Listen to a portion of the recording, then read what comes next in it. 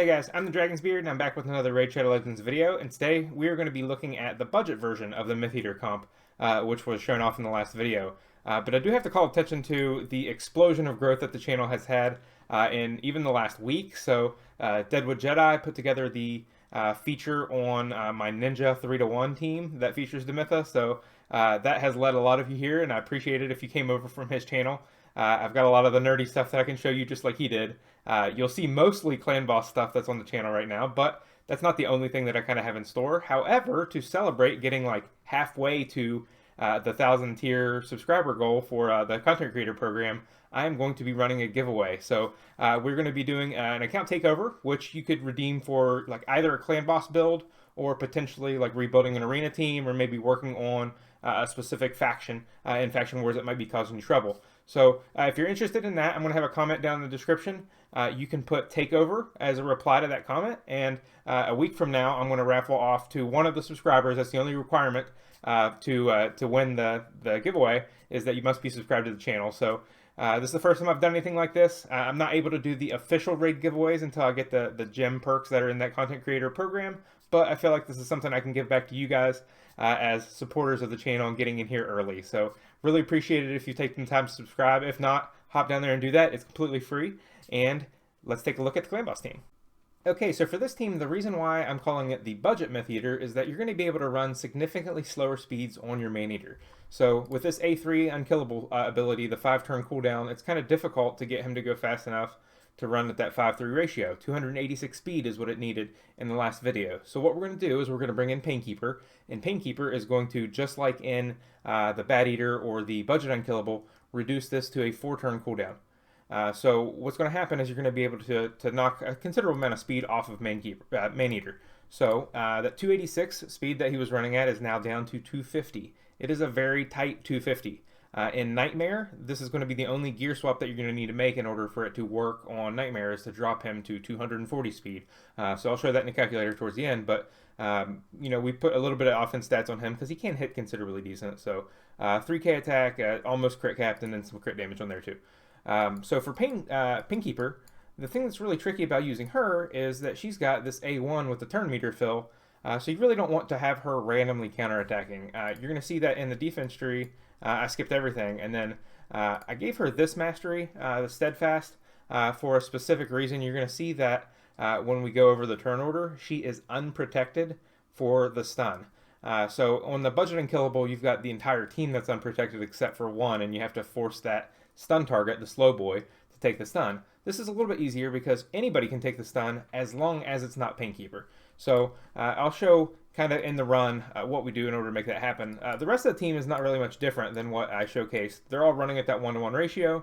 So you've got Demytha who's coming in. She is running, that's Belga, hold on. Demytha is, let's see, Void. Here we go. So she's running at 187 speed. The 3 DPS champions, Demytha and the 2 DPS I should say, have to be between a 187 and a 189 speed, and she needs to be the slowest out of the 3. So there's not a lot of wiggle. You're going to have to pay attention to speed sets and perception sets and what have, just to make sure that the decimal speeds stay in order. But Demytha's slowest at 187. I have 2 other DPS that are coming in here that are right at 188 or 189 speed, I believe. So I used Nethril as one of the options just to bring in some poison, so it does not have to be him for any reason. 189 was his speed. Just put some attack, crit cap, and then some crit damage on him. He can actually hit pretty hard. I'm only going to be using his A1 to stack poison and also for Giant Slayer. I'll show that with the custom AI. And then I also kept Fayne in here from the last team, just because she's going to bring that decreased defense and weaken. The run that I recorded is up against Spirit. So the reason why I chose these specific champions is I wanted to make sure the entire team was neutral affinity. At first I was going to bring Geomancer in here, but then Geomancer was getting the stun no matter what, and that wasn't enough of a proof of concept for me to make sure that Painkeeper was going to stay safe for that stun turn. So I brought both neutral affinity champions in here, being Nethril and Fayne, as the damage dealers, just to see. The team does a lot less damage than what the regular Maneater does. You're taking what could be a 3rd DPS slot, and you're replacing that with Painkeeper, who does not do a lot of damage on her own. So you've got Demytha, who doesn't do a lot of damage. You've got Painkeeper, who doesn't do a lot of damage. Maneater, who can, if he's running on a fast team, he can get a lot of hits in and what have, but he's not smacking super hard. And so you really just got those two damage dealers. I could have brought Draco in, but just kind of like the last time around, I did not want to showcase what the DPS would look like with the best potential champion, so we brought in Fayne instead. So I'm going to pop over to the custom AI and kind of show you what's necessary in order to make this work, which you'll see more at the end with the calculator stuff, but I want to show you that before we go. The run is full auto. I've already got it pre-recorded, so the custom AI is mostly set up in that way just so that you don't have to worry about any of the setup. You just hit auto and go.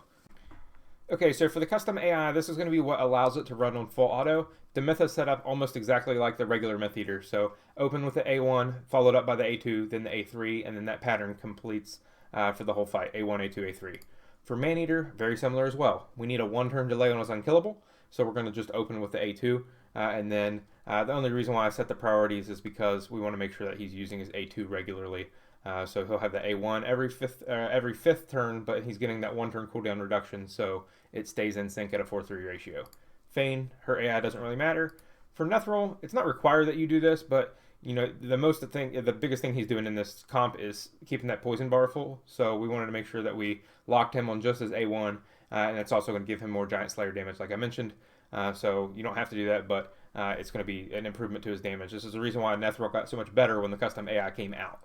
And then for Painkeeper, you don't want her doing an excessive number of A1s at the beginning of the fight because you don't want her jumping ahead with that turn meter gain of the other champions in the turn order. So we have her open with her A1, then she's going to follow that up with the A3 and then the A2. So the reason why the A3 is the priority here, the way that the turn order is set up is that she's going to be doing the cooldown reduction to reduce Maneater's cooldown, but then she's also using that ability every time when Demytha already has her block damage available. So we don't want the block damage to drop to a 2-turn cooldown because then that would fall out of sync. That's the reason why we run it in this specific way in order to be full auto friendly. So I've got this recorded already, so I'm going to go ahead and play this for you and kind of explain that very beginning setup, and then you'll see the rest of the run, and then I'll go over the calculator stuff at the end. Okay, so here we are with that full auto run. So it's going to start off, and the only thing significant in the beginning is just the delays on Maneater and Demytha, because we want him to save his Unkillable and block debuffs for the second AoE, and we want her to save her block damage for the first AoE next time around. So he's about to throw up that Ancient Blood. There's the 2 buffs. Demytha is going to go immediately after him and extend the block debuffs. So the entire team, including Painkeeper, is going to have block debuffs for the stun. In the beginning, she is going to get targeted a few times by the stun, just like right now, and she's not going to fall out of sync because she has that block debuffs every time. That's what makes this completely affinity friendly and affinity neutral. This is the nastiest affinity to deal with, being Spirit and the speed debuff. So the way that it's configured, you're completely safe from all of that. What will happen later in the fight, roughly around turn 15, is that the clan boss is hitting hard enough to wipe out the entire team's health bar with that AoE 2. And that's what we want to have happen, because with a static heal coming from Demytha and then a static heal coming from Painkeeper's A2, I've got her health configured to where she is gaining less back than what the other champions are. So what Demytha is going to be the preferred stun target in that regard. She will be the lead, so that's the first person the clan boss is considering, and then she will also have a lower percentage of health than the rest of the team. It's important to have Painkeeper's HP less than that of whoever you want your stun target to be, kind of like in the budget Unkillable, but again, we don't have to force it onto a specific champion, we just have to force it onto anybody that is not Painkeeper. So I'm going to let this play. I'm going to speed it up a little bit because it is a decently long fight for the 50 turns, but once you get into that high teens, low 20s turn count, specifically look for that AoE 2 every time it comes around when the health bars get wiped out, and then the way that it heals back the same every time. I do not have Life Drinker or any counterattack masteries on Demytha for this reason, because we don't want her to get extra health back. We want her to be the preferred target every single time. So I will speed that through and I'll meet you at the end.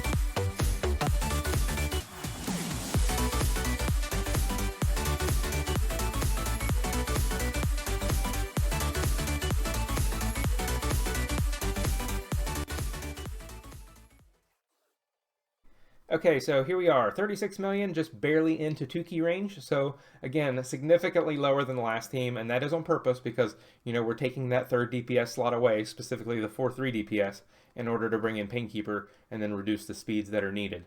But, if you don't have anything else that you could put together and get into 2 key range for Ultra Nightmare, then that could be significant for your account. And it is a lot easier to configure than the budget Unkillable because, again, you only have the one champion that you need to keep safe from the stun, and it's fairly easy to be able to do that. If I had a Blood Shield accessory to put on Painkeeper, I don't have any of them for Dark Elves, but if I did, then that would make it that much easier because then her buff count would match the rest of the team, and then chances are the clan boss, even in the early turns, would be targeting Demytha. If you have Blood Shield and you're trying to build this team, definitely do that. It's going to increase the amount of her heal just because it's an extra buff on her, and then it's also going to cause her to match or exceed the buff count of everybody else with that Steadfast Mastery. So I am going to pop over into the calculator, kind of show you the details of how to get this set up. The speed ranges on a couple of the champions are very, very tight, and then also show you when we take this over to Nightmare how it would operate because it's very similar. We just have to do one gear swap on Maneater in order to make that happen. Okay guys, so I'm over here in the calculator. I have the exact speeds that I just ran on my team plugged in, and it's really important that you pay attention to the speed sets, the perception sets, and the lore of steel masteries when you're plugging in any of the stuff for the champions, because the fractional speeds can even cause this to get thrown off.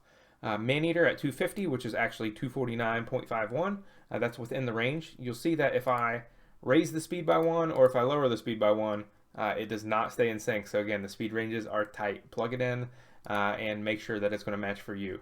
So Maneater, this is exactly what I was describing. After turn 4, he goes with the A3 every single time right before the AoE 2 and then protects the whole team. And the other thing with Painkeeper is that she's the only person taking a double turn before the stun comes around. And you're going to see right here, that's where she loses the Unkillable buff. The way that I'm simulating Demytha in the calculator is using Godseeker and Neri.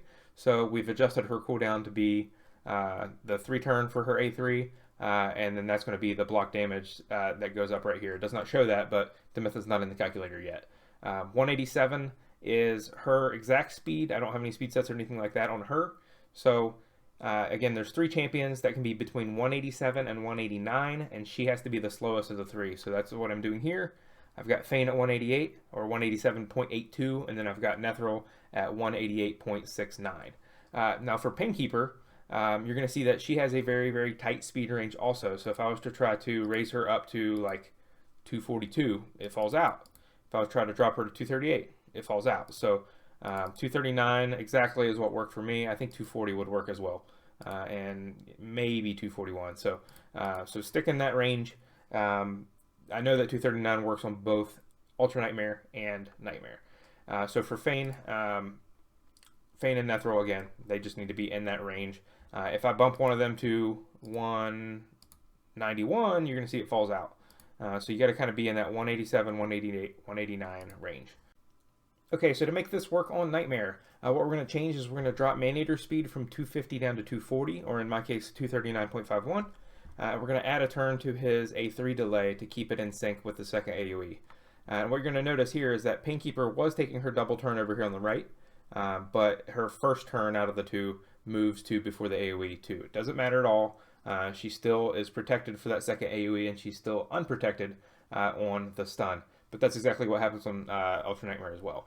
So for Painkeeper, we're just going to do a 2-turn delay on her A3. If I change these delays at all, you're going to see that it falls out of sync because then it's not going to line up with Godseeker's cooldowns, and it's also going to give her extra A1s and cause her to be too fast. So that's the reason why we're doing a 2-turn delay here. And then as soon as those delays happen, basically at the end of Clan Boss turn 2 with that first stun, that's when you can kick it over to auto. No changes for Fayne, no changes for Nethril. The only speeds that need to change are for Maneater himself, and then the rest of the stuff plays out for the remainder of the fight. Okay guys, that's going to be all for this one. So again, I know the damage is not as impressive as some of the other teams that I've showcased on the channel, but this is kind of designed to be like a beginner to a mid-game comp with lower speeds. I would also recommend to check out the High Mythman, which is something else that Short on Skills came up with and Deadwood featured on his channel, so I'll link that in the description. Instead of using Painkeeper to reduce the cooldowns, it's bringing in Hakatun for her lead speed aura, and then also to lower the champion speeds for the rest of the team. So that's going to be another one that might be super accessible for somebody that's going for their first ever 2-key for Ultra Nightmare.